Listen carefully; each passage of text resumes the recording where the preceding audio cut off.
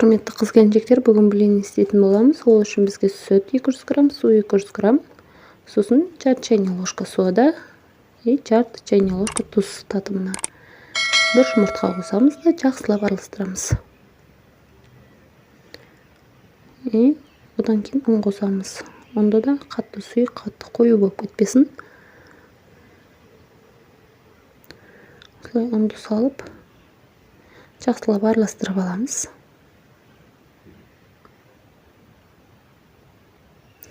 Енді осыған сұйық майымызды құямыз.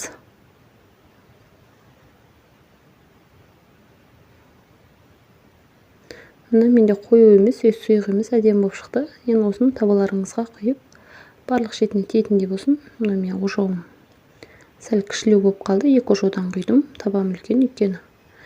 Осылай барлық шетіне тиетіндей қылып айналдырып құйып шығыңыздар. Қалың болып кетпесін, блинный деген жұқа болады. Осылай тесік-тесік болып тесілу керек.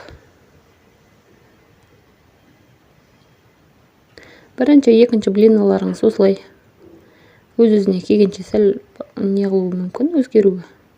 Бірақ кейін бір қалыпқа түсіп кетеді. Осылай жақсылап құйып араластырып, бір қалыпты етіп, барлығын осылай пісіріп аласыздар. Екі шетінде қызартып, алтын түстес қылып.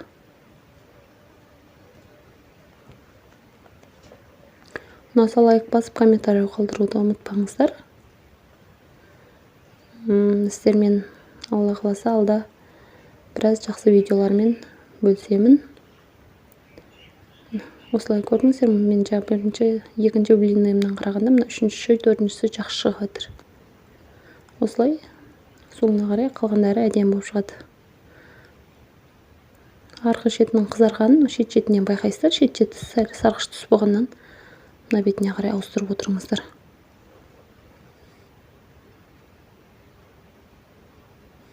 Осылай барлығын пісіріп алдым. Міне. Әдемі, жұқа болып, әдемі болып шықты. Кішкентайлар шыдай алмай, шетінен үсіп жеп кетіп жатыр. Ұнаса лайк басып, комментарий қалдырыңыздар. Жасап көріңіздер, ас болсын.